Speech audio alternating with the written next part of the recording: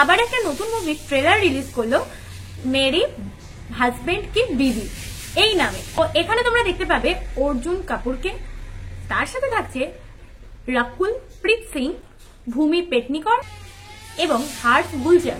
এই ট্রেলার কতটা আমাদের মধ্যে আগুন ছড়িয়ে দিতে পারলো সেটাই জেনে নিই ছোট্ট করে। চলো তানি টোকের সঙ্গে সিনেমার জগতে হারিয়ে যাও আর ছোট্ট করে সবকিছু জেনে নাও। এই মুভির পোস্টার অনেক আগে রিলিজ করেছিল, বাট এই মুভির পোস্টার নিয়ে খুব একটা ইন্টারেস্ট কেউ তেমন দেখায়নি, আর অডিয়েন্সের দিক থেকেও তেমন কোনো রিয়াকশন পাওয়া যায়নি। এর পিছনে রিজন একটাই, এই মুভিতে যেসব অ্যাক্টরদের আমরা দেখতে পাচ্ছি আগেও এনাদেরকে আমরা অনেক মুভিতে দেখেছি, কিন্তু সেই মুভিগুলোতে ওনাদের অ্যাক্টিং আমাদেরকে হতাশ করেছে। তো যে কারণের জন্য অডিয়েন্সের ইন্টারেস্টটা এই মুভির প্রতি অনেকটাই কম ছিল।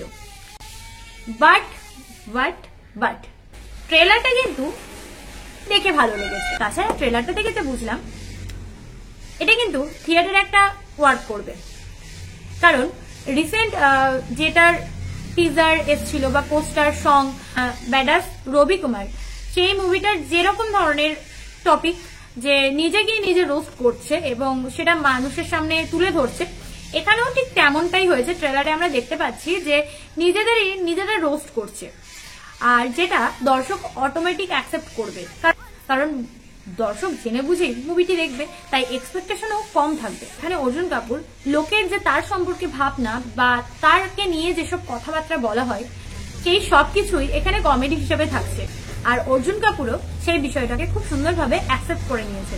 এখানে অর্জুন কাপুরের দুই প্রেমিকা হিসেবে থাকছে ভূমি পেটনিকর এবং রাকুল প্রীত সিং।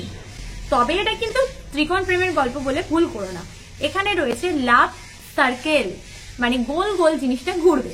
ভূমি আগে অর্জুন কাপুরের স্ত্রী ছিল, কিন্তু তাদের ডিভোর্স হয়ে যায়। তার পিছনে কারণ হচ্ছে অর্জুনের জীবনে রাকুলের আশা। টুইস্ট সেখানেই আসে যেখানে ভূমির একটা অসুখ ধরা পড়ে, এই অসুখটার কারণে সে 6 বছরের স্মৃতি হারিয়ে ফেলে। তাই অর্জুন কাপুরের অতীত এবং ভবিষ্যৎ সবকিছুই কেমন ঘেঁটে ঘ হয়ে যায়। বাট অর্জুনের থেকে দুটো নায়িকার ওপরে কিন্তু অনেক বেশি ফোকাস দেওয়া হয়েছে, কারণ দুজনেই অর্জুনকে পেতে চায়। তো এই নিয়ে যুদ্ধ। তবে একটা কথা বলতেই হয় যে পরিচালক এখানে স্টোরি লাইন কিংবা কাস্টের তুলনায় অনেক বেশি ফোকাস করেছে কমেডির উপরে।